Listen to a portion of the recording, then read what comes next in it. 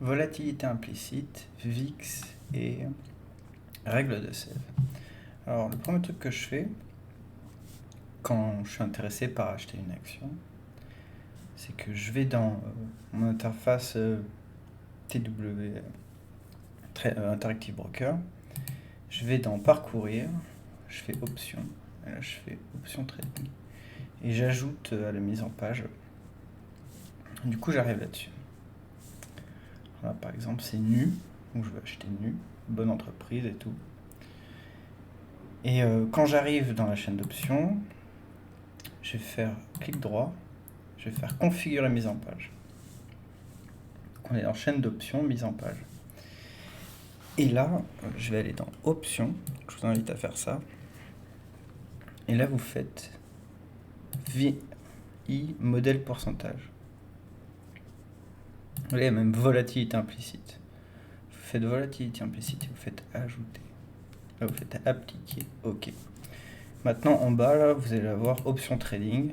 Donc vous, ça va être option trading, comme celui-là, qui est configuré différemment.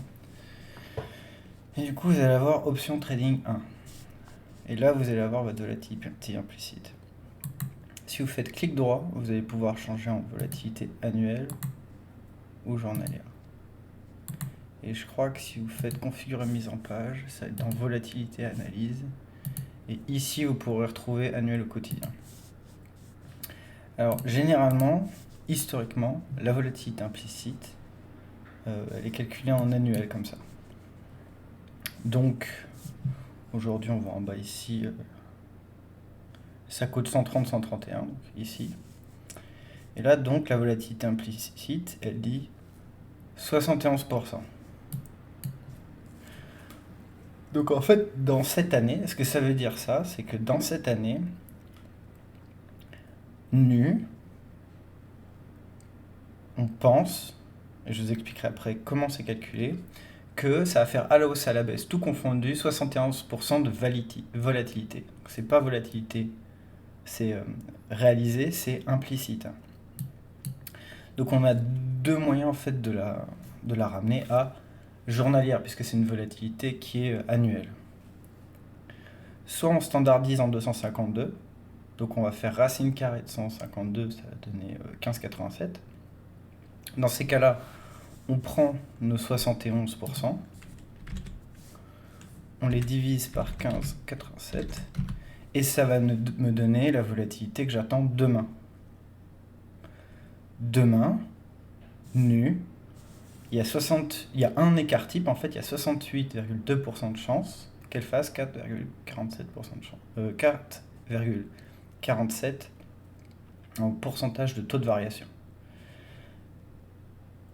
Donc on peut faire ça comme ça, ou sinon vous pouvez prendre, donc là on a 71, vous pouvez prendre 71 et vous le divisez par 16, puisque 256 jours de cotation divisé par racine carrée de 256 jours, ça fait 16. Donc on fait 71 divisé par 16, et ça fait 4,43. Et sur ces logiciels, ce qui est très bien,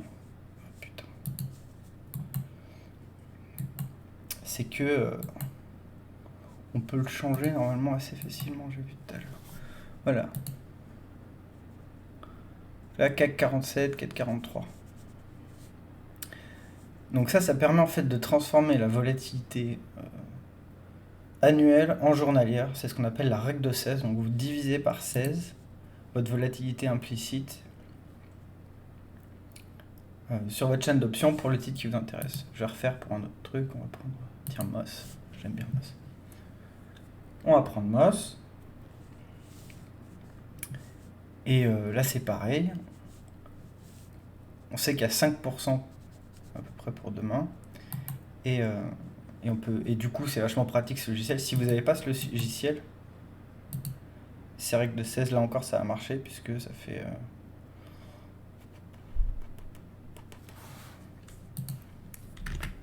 80 divisé par 16, ça fait 5%. Et si ça on le passe en journalier, ça fait 5%.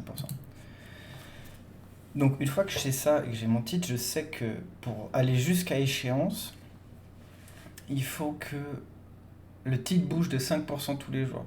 Donc ça m'aide à gérer mon risque. Alors comment c'est calculé? Comment ce truc est calculé en fait? Ce truc... Donc voilà, la règle de 16, comment l'utiliser? On divise par 16. Si c'est 16, on a 28,2% du temps, on aura une variation quotidienne d'au moins 1%. À 32, 2%. 48, 3%. Donc c'est facile. Si vous regardez une chaîne d'options, donc elles sont annualisées généralement, vous avez juste à utiliser la règle de 16. Donc 16, 1% de taux de variation que j'attends pour demain et les jours qui suivent. Donc un jour sur 3, grosso modo. Et si c'est autour de 30, 32, vous savez que ça va être 2% de variation que vous allez attendre. Et à 48, vous savez que vous attendez environ 3% de taux de variation. Attention, parce que les 31,8% du temps où c'est pas ce que vous attendez, ça va chier des bulles. Alors ce truc-là, cette volatilité implicite, donc normalement elle est donnée en annuel comme ça, c'est le Black-Scholes model. Donc je vous invite à... Vous pouvez faire ça, il y a des calculateurs. Ouais, bah, j'avais cliqué sur celui-là. Black-Scholes model, c'est ça. Vous rentrez vos trucs et ça vous calcule la volatilité implicite. You can use, nanana. Et donc là, c'était très marrant parce qu'en fait, il y a donc Myron, Scholes et Black qui ont créé un premier article qui était pour pricer les options, donc en 73, et quelques mois après. En fait, il a travaillé ensemble. En fait, c'est Merton, il a bossé avec eux aussi. Lui, il a créé un deuxième article. Alors c'est très marrant parce que... Enfin, c'est très marrant, c'est dramatique. Ces deux juifs ont eu un prix Nobel pour les articles qu'il y a au-dessus. Mais Fisher Black a eu un... Je pense que c'est son chakra 5 qu'il a ralenti, ou je sais pas si c'est passé, parce qu'il a eu un cancer de la gorge. Et du coup, vu que les prix Nobel sont pas donnés à titre posthume, et donc il a son nom dans les modèles. Mais il a pas reçu le prix Nobel. Donc à savoir, si vous faites un prix Nobel ou vous faites de la recherche, faut pas mourir avant parce qu'en fait, il s'est fait baiser total, le mec. Et du coup, ils ont fait le modèle de volatilité implicite, comme on a vu. Donc je vous invite à utiliser Google, faites des recherches, c'est une équation. On rentre on rentre ce qu'on veut, on rentre les trucs de l'option, le taux, le machin, le bidule, et grosso modo, ça sort le chiffre qu'on a vu. Qui me permet, moi, et qui est pratique, parce que ça me permet de définir à quoi je m'attends, en fait. J'ai un écart type, j'ai 68,2% de chance d'avoir ce chiffre qui tombe demain. Et ça sera autour. Donc c'est passionnant ce truc. Et il y a deux autres juifs, donc Menachem Brenner et Dan Galai, qui sont excellents, qui sont des geeks. En fait, les mecs, c'est des purs geeks. Et ils se disaient, et tout, on va créer des indices de volatilité pour tout. Et ils sont partis complètement en sucette, ils voulaient pour tout. En fait, un indice de volatilité pour tout. Pourquoi? Parce qu'en fait, c'est très pratique. Parce que si vous me donnez 300 millions, vous voulez savoir un peu comment je gère mon risque. Et moi, je vais arriver, il y a tant de pourcents de chance qu'il y a ça, machin. Et grosso modo, je vais vous sécuriser votre part antérieure avec des maths, quoi. Sachant que les modèles, on sait ce que ça vaut. Néanmoins, ça m'aide. Donc, c'est pas binaire, c'est au milieu, on va dire. J'aime beaucoup les modèles et ça me sert. Donc Menachem Brenner et Dan Galai, ils vont faire ça. Et en fait, ils vont imaginer un index de volatilité pour, je crois qu'à l'époque, je sais pas, je crois que c'est le SP100. Et en 89, grosso modo, ils vont créer cet article. Et ils vont pousser en fait à la création d'un index de volatilité. Et un an après, il y a le Chicago Board of Option Exchange qui va appeler ce mec, Robert E. Wiley, à partir de leurs travaux, pour créer le VIX. Pour créer le VIX. Donc, le VIX, qu'est-ce que c'est? Alors, le VIX, c'est ça. C'est des tranches d'options du SP500 supérieures à 23 jours, inférieures à 37 jours, qui sont pondérées pour obtenir la volatilité implicite pour les 30 prochains jours. Donc là, j'ai repris un article que je vais citer dans cette vidéo. C'est techniquement parlant, il s'agit de la volatilité attendue du SP500 au cours des 30 prochains jours. Mais la façon dont je l'explique, c'est le prix de l'assurance. Pourquoi? Parce qu'en fait, s'il y a un risque, les gens vont acheter des puts. Et ça va faire grimper le VIX. Donc le VIX, c'est ça. Le VIX, c'est ça. voir ce que j'ai prévu après. Alors lui, donc dans l'article, c'est marrant, alors j'ai pris deux petites parenthèses rapides avant de vous montrer ce que j'ai fait. C'est que, donc on lui demande, traitez-vous vous-même les produits liés au VIX? Oui, j'achète des options de vente à long terme sur le VIX car je sais que le VIX va baisser dans le temps. Il peut y avoir des jours où il y a un pic de volatilité, mais je m'en fiche parce que ces options ont une échéance de 3 ans, alors je laisse simplement leur prix monter à mesure que le VIX baisse. Ça a plutôt bien fonctionné. La seule personne que je connais, c'est Charles, c'est la seule personne que je connais qui a tradé ça, qui short le VIX et du coup qui short VXX, donc c'est un ETN, et du coup qui gagne.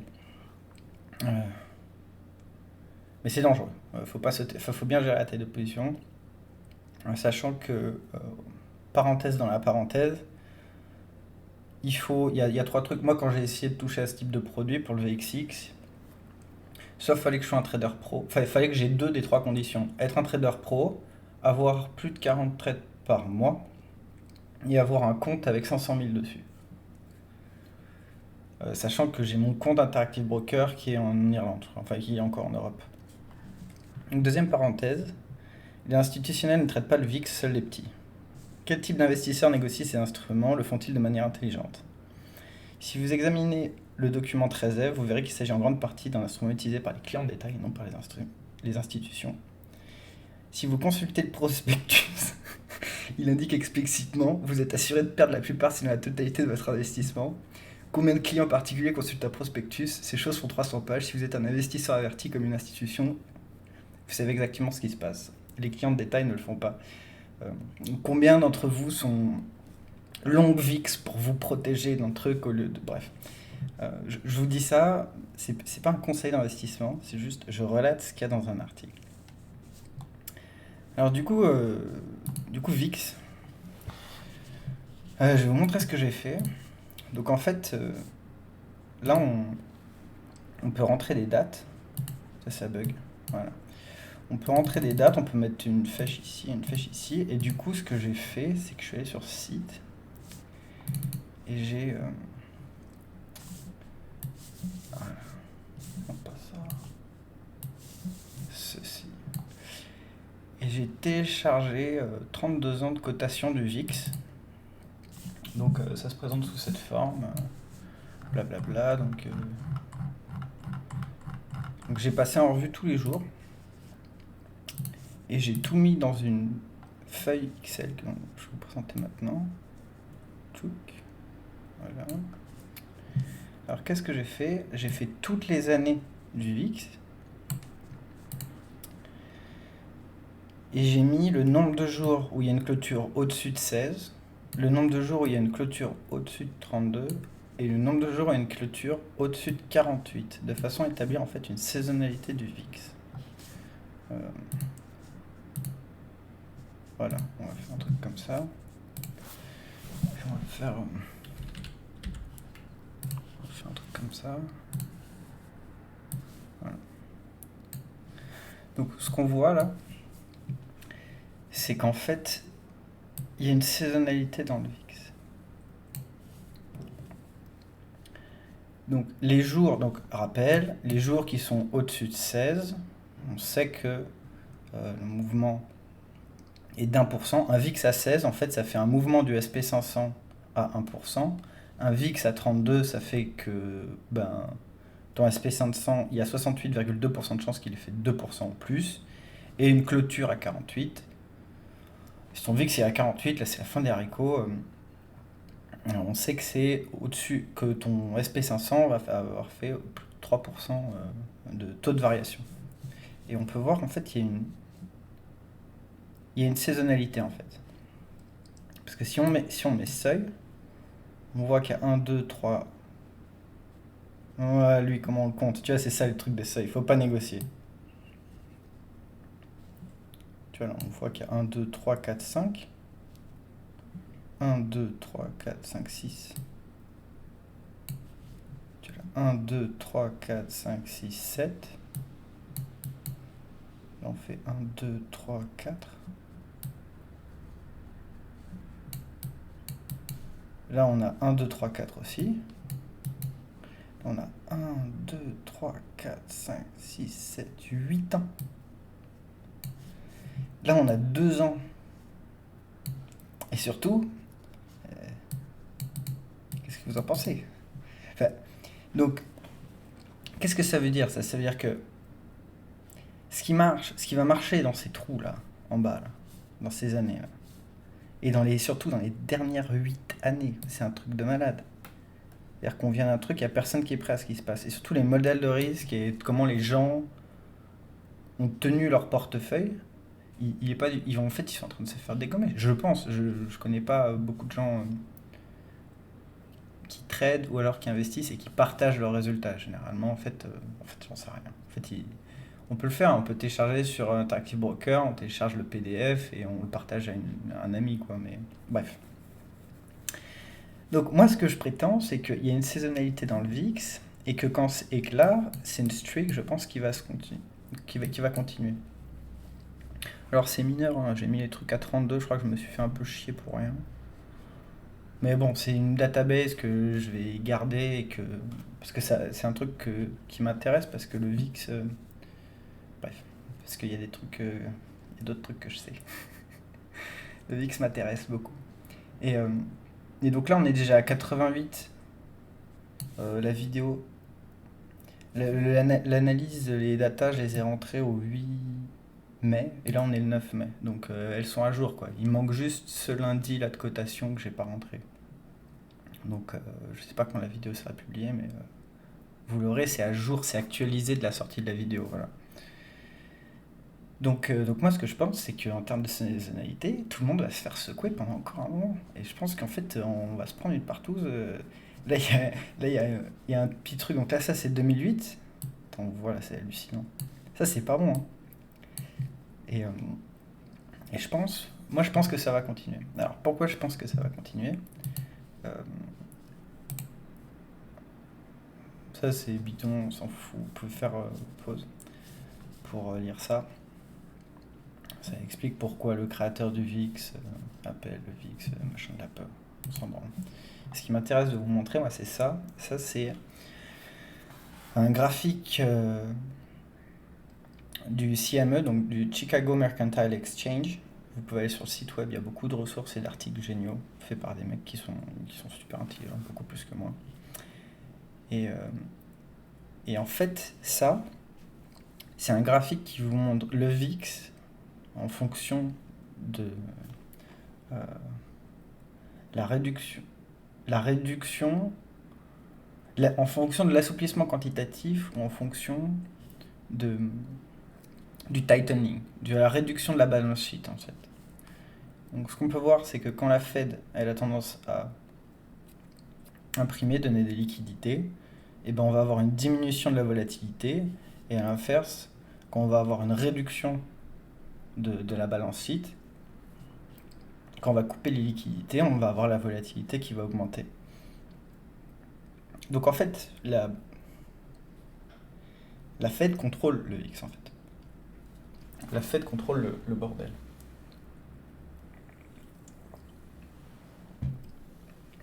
C'est ma théorie, c'est que c'est un énorme complot en fait cette histoire. Donc assouplissement quantitatif, ça réduit la volatilité. Réduction de la taille de la balance sheet, ça relance la volatilité. La Fed réduit la taille de la balance sheet, peur.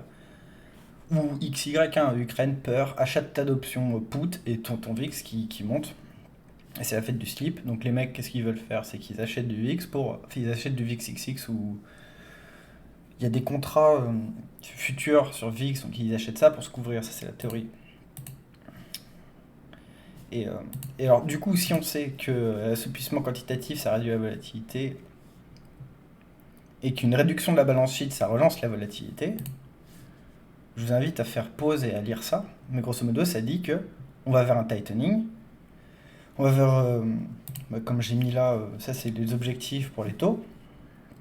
Donc moi ce que je pense c'est que là ça va aller carton, putain ça me crame les yeux. Ça va aller carton, ça va continuer en fait. Ça va continuer, on va se prendre une streak comme là il y a eu. Je pense qu'on va revenir vers un truc avec beaucoup de volatilité. Parce que si les taux montent, euh, et les actifs à risque, bah, ils vont se vider. Alors après, là, on arrive à un moment compliqué avec le dollar, machin, mais pour moi, on va vers une stricte comme ça, et les modèles de risque qui fonctionnaient là dans les 8 dernières années, là, dans ce que j'ai montré ici, vous allez tous vous la prendre dans le... ça va mal se passer en fait. Parce que ce qui est adapté là à faire du gros grain, c'est pas adapté ici. Moi, c'est ce qui s'est passé 2020-2021. En fait, j'avais un super modèle, je vous en parle vite fait. J'avais un super modèle, mais il disait donc sur des ETF et grosso modo des grosses caps, et ça disait si le titre a plus de 7,5 ou 8% de croissance sur, sur telle et telle période derrière, et ben j'ai pas le droit d'entrer. Et en fait, les actions poussaient trop, et moi j'ai mon modèle qui me disait non, tu rentres pas, non, tu rentres pas, non, tu rentres pas, parce que c'est que c'est haussier, c'est que c'est haussier, c'est que c'est haussier.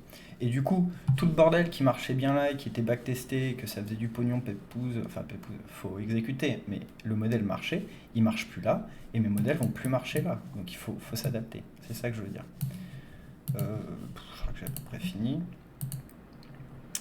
Euh, Ah oui, c'est ça, putain. Ça, je voulais vous montrer ça.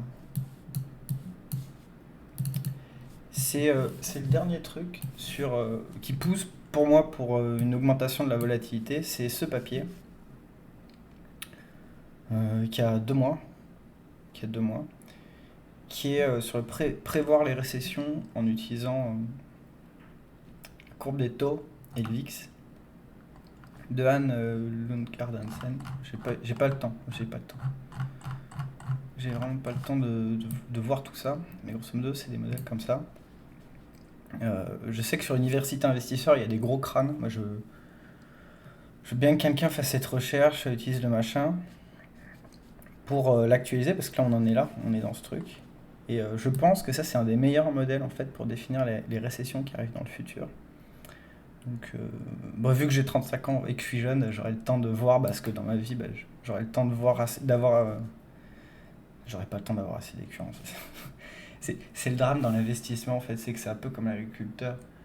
Un agriculteur, il va avoir 40 saisons dans sa vie, et chaque saison de harvest, elle est faite pour toujours et on peut rien y changer. C'est un peu pareil, un investisseur. Au final, chaque année, on n'a pas gagné, on n'aura pas gagné pour toujours. Bref, c'est ce papier, allez chercher, moi ça m'intéresse beaucoup. Je sais qu'il y a des gens que ça intéresse, au-delà même de gagner de l'argent, que ça intéresse vraiment la finance, donc n'hésitez pas. Si vous voulez en savoir plus sur le VIX, je vous conseille cette excellente formation de Charles de Reper.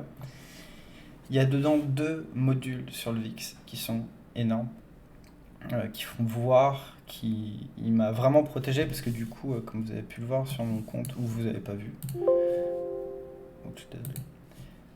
Sur mon compte de trading, il m'a permis de me protéger en fait en décembre, parce que qu'en décembre, il y a beaucoup d'indicateurs qui passaient rouge, ça m'a permis de me protéger, donc j'ai beaucoup de gratitude envers moi-même d'avoir consommé ce produit. Euh, donc moi je vous invite, parce que dedans il y a 2 modules sur le VIX qui sont quand même super bien. Et de l'autre côté, il y a Université Investisseur. Moi j'ai pas de niveau. Il y a vraiment des gens beaucoup trop brillants dans Université Investisseur. Ça développe chez moi un complexe d'infériorité assez vite, parce que il y a trop de haut niveau. En plus, bon, il y a des signaux. Là, bon, c'est spécial. La situation macroéconomique est spéciale. Mais rejoignez-nous. Je mets ça parce que vraiment, je le pense. Je veux d'autres gens super, que ce soit pour les cryptos. Il y a, il y a Kobayashi. Enfin, il y a plein de gens qui écrivent des trucs qui me passionnent, et c'est génial de les lire. C'est génial d'échanger. Voilà. Je crois que j'ai rien raté. Donc, bilan, c'est ça. Bilan, utilisez bien ce que je vous ai montré avec ça pour déterminer la volatilité journalière, et voilà. C'était tout pour la règle des 16. Moi, je vous fais de gros bisous et je retourne dans la jungle.